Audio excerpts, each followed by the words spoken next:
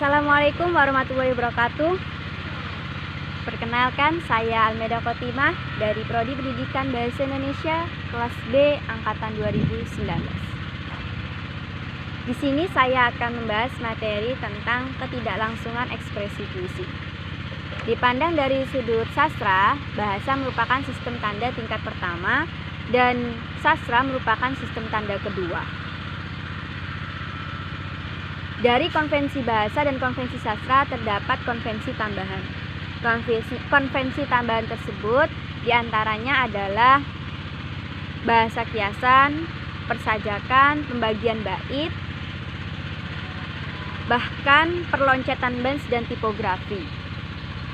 Konvensi tambahan itu menyatakan hal-hal secara tidak langsung, yaitu puisi memberikan makna lain daripada makna bahasa biasa. Ketidaklangsungan itu disebabkan oleh beberapa hal. Yang pertama, penggantian arti, penyimpangan arti, dan penciptaan arti. Pertama, kita bahas tentang pergantian arti. Pada umumnya, kata-kata kiasan itu mengartikan sesuatu yang lain. Dia tidak mengartikan arti yang sesungguhnya. Biasanya bahasa kiasan yang kita kenal adalah metafora. Contohnya, dalam bait sajak Chairil Anwar yang berjudul Sajak Putih. Dihitam matamu, kembang mawar dan melati. Mawar dan melati adalah metafora dalam bait ini. Berarti yang mengartikan sesuatu yang indah atau cinta yang murni. Metafora itu bahasa kiasan yang menyatakan sesuatu seharga dengan hal lain yang sesungguhnya tidak sama.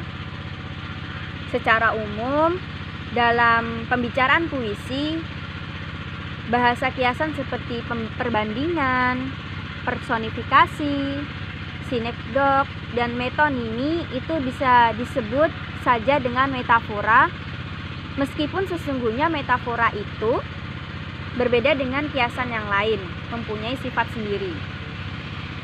Metafora itu melihat sesuatu dengan perantara hal atau benda lain. Yang kedua, penyimpangan arti. Dikemukakan Rifater, penyimpangan arti terjadi bila dalam sajak ada ambiguitas, kontradiksi, ataupun nonsens. Yang A, ambiguitas. Ambiguitas itu berarti memaknakan, punya makna ganda.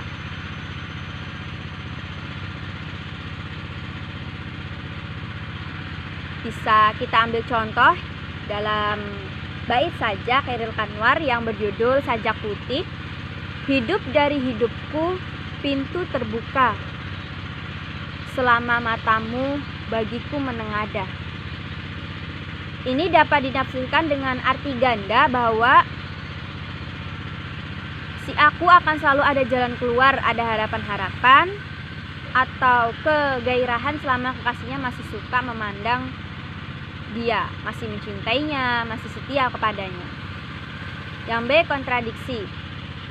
Dalam sajak modern banyak ironi, yaitu salah satu cara menyampaikan maksud secara berlawanan atau berbalikan. Ironi ini biasanya untuk mengejek sesuatu yang keterlaluan. Ironi ini menarik perhatian dengan cara membuat pembaca berpikir. Contohnya, misalnya yang terkenal Afrika Selatan, atau yang lain Bulan Ruah, atau juga bisa dengan yang lain Nyanyian Ladang. Yang C, nonsens.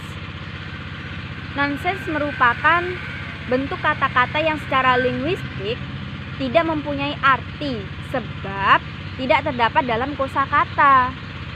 Misalnya penggabungan dua kata atau lebih.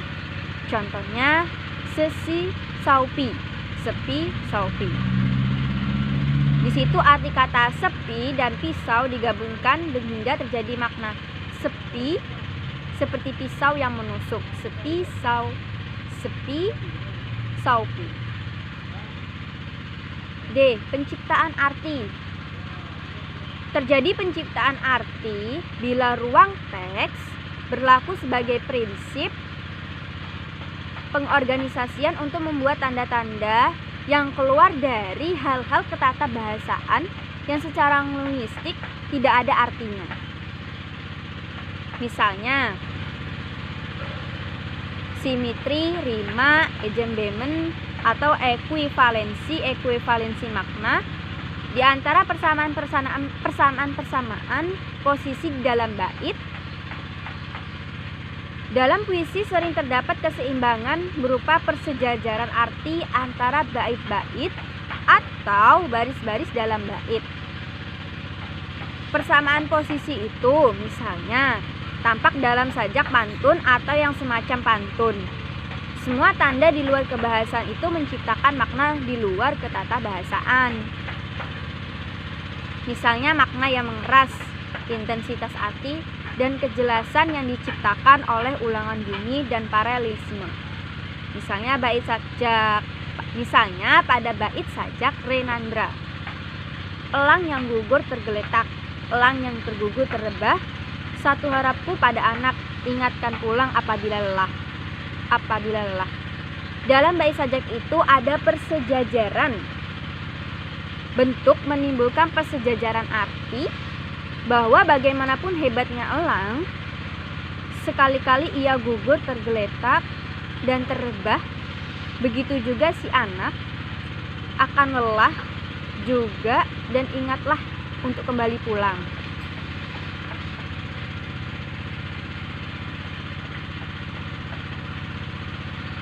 Ya, tadi itu adalah materi tentang ketidaklangsungan ekspresi puisi. Terima kasih, maaf jika ada kata yang salah. Semoga bermanfaat. Wassalamualaikum warahmatullahi wabarakatuh.